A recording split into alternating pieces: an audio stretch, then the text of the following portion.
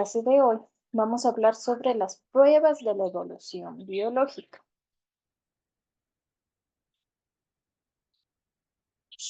Vamos a iniciar con lo que es la evidencia fósil. ¿Qué es el registro fósil?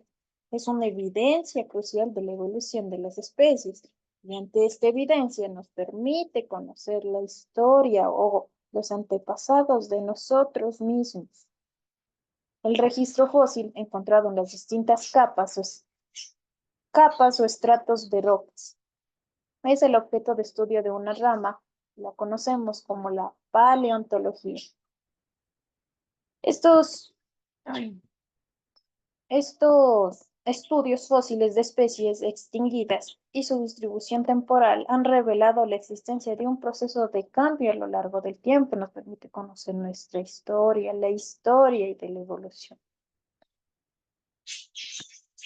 Vamos a continuar. Aquí podemos observar lo que son pruebas paleontológicas que han reconstruido la historia evolutiva completa que condujo hasta los caballos. Este es un ancestro de los equidos, que son considerados los caballos. Y miren cómo va evolucionando hasta el día de hoy.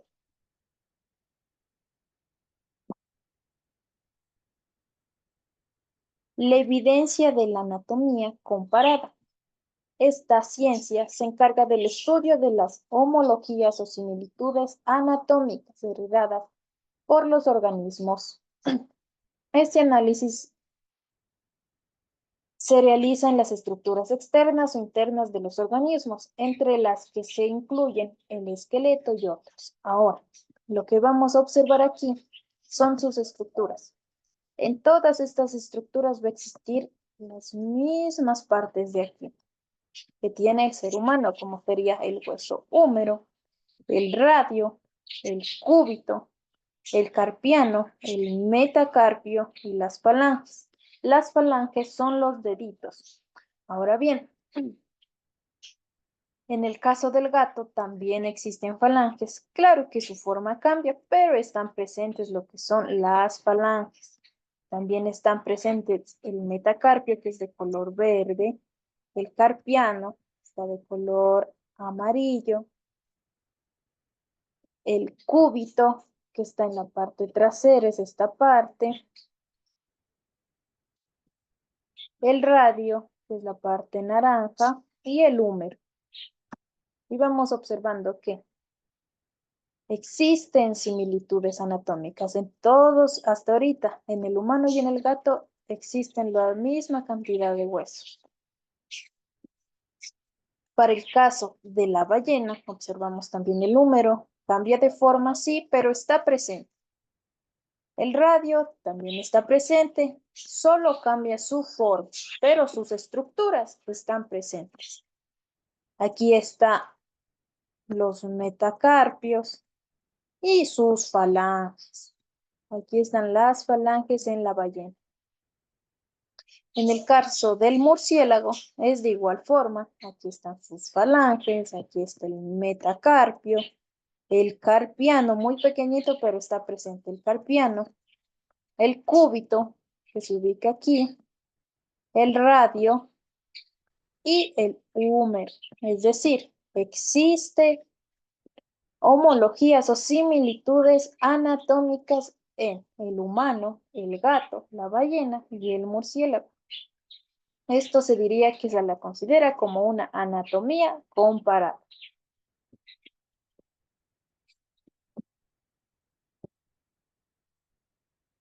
Vamos a la evidencia embriológica, que es el estudio comparado del desarrollo embrionario de los animales. Revela que en las fases tempranas de su desarrollo, los embriones de diferentes vertebrados son muy parecidos entre sí. Los seres humanos también nos parecemos al resto de los vertebrados durante el desarrollo embrionario. Y estos son como patrones de desarrollo de un antecesor en común. Por eso nos parecemos a las otras especies de vertebrados. Aquí hay diferentes especies. Hay un humano, un mamífero, un ave y un pez. Todos son diferentes, pero ahora vamos a ir viendo cómo nos parecemos. Hasta aquí la célula se parecen, son redondas. Continuamos, aquí también siguen pareciéndose. Aquí este ya empieza a deformarse, pero en esta parte todavía sigue pareciéndose. No podemos diferenciar si es un pez, un embrión de una ballena, no podemos diferenciar. Hasta esta etapa, hasta la cuarta etapa, nosotros no podemos diferenciar a qué tipo de vertebrado se refiere. Si nosotros observamos, en especial en la tercera capa, todas las estructuras son similares. El embrión es similar. No podemos distinguir si es un humano, si es un conejo, si es un ave o es una ballena. Entonces nosotros empezamos a distinguir cuando ya está llegando a su etapa final, se diría. Ahí ya podemos diferenciar que es un humano, se refiere a un conejo, a un ave y a una ballena. Pero mientras tanto, nosotros no podemos diferenciar. A eso se refiere a evidencia embriológica. ¿Por qué sucede esto? ¿Por qué se parecen sus estructuras hasta la etapa cuarta, podría ser? Porque existen patrones de desarrollo, es decir, que tenemos un antecesor en común nosotros. Por eso, todos los vertebrados hasta esta etapa nos parecemos.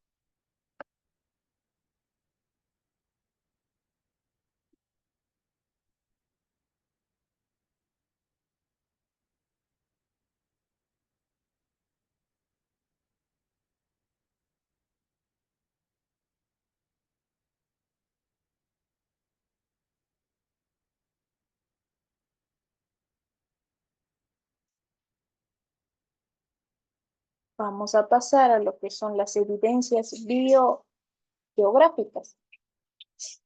Antes de que los continentes se separen, eran muy unidos. Es decir, la distribución geográfica de las especies de animales y vegetales proporcionan datos acerca de la evolución de los seres vivos.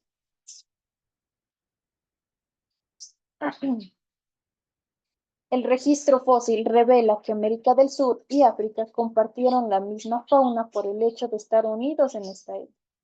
Es decir, estaban unidos, esta parte de aquí estaban unidos, ya por mediante fenómenos naturales, se dividieron en continentes y se separaron. Sin embargo, al separarse, la llama existe en América del Sur, que es conocida como alpaca, guanaco, la vicuña, son los camélidos de Sudamérica. Pero estos se adaptaron dependiendo del lugar. Al separarse los continentes, los camélidos se adaptaron a lo que es en Asia y África.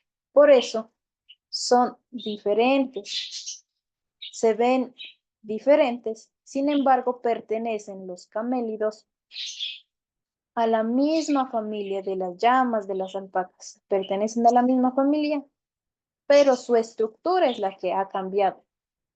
¿Por qué cambió? Porque necesitaban adaptarse a las nuevas hábitats para sobrevivir. De esta manera, la familia de los camélidos se diversificó de acuerdo a su distinta adaptación en diferentes hábitats. Y esto se constituye como una prueba biogeográfica más de la evolución. Pertenecen a la misma familia, pero su estructura es diferente porque cada uno se adaptó a su tipo de hábitat. En el caso de los archipiélagos oceánicos alejados de los continentes, presentan una inusual diversidad de especies, como por ejemplo Darwin observó en Galápagos que los pinzones se diferenciaban por el pico. ¿Por qué se diferenciaban por el pico? Porque cada uno tenía que adaptarse a su tipo de alimentación. Entonces, uno podía tener el pico muy largo que servía para comer las hormiguitas de los árboles, otros tenían el pico para frutas, para insectos, entre otros, y de esta manera se diferenciaban los pinzones.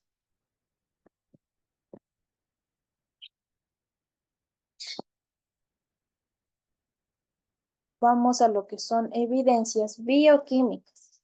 Las pruebas bioquímicas y moléculas permiten saber qué tan cerca es la relación, por ejemplo, la comparación entre la secuencia ADN del ser humano y del chimpancé.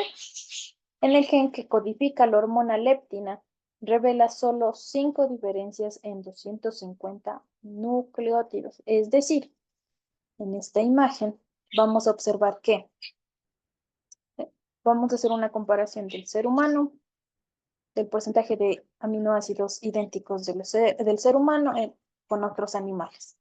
Con el chimpancé, que es la especie más cercana o parecida a nosotros, existe un 5% de diferencia. Entonces, el 95% de sus aminoácidos son idénticos a los del ser humano. Para el caso del ratón, el porcentaje de aminoácidos idénticos es del 87% y la diferencia es del 13%. El 13% es lo que lo hace diferente del ser humano, del contenido de aminoácidos. Para el caso de la gallina, tenemos un porcentaje de aminoácidos idénticos del 69%, es decir, el 31% son aminoácidos diferentes y esto hace la diferencia con el ser humano. Para el caso de las ranas, existe un porcentaje de aminoácidos idénticos del 54%, es decir, el 46% es la diferencia de aminoácidos. Existen 46 aminoácidos diferentes a los del ser humano. Y finalmente tenemos el ejemplo de una serpiente que tiene el 14% de aminoácidos idénticos. Esto en su mayoría es muy diferente al porcentaje de aminoácidos del ser humano. Y así es como nosotros evidenciamos que existen pruebas bioquímicas. Eso sería todo por la clase de hoy.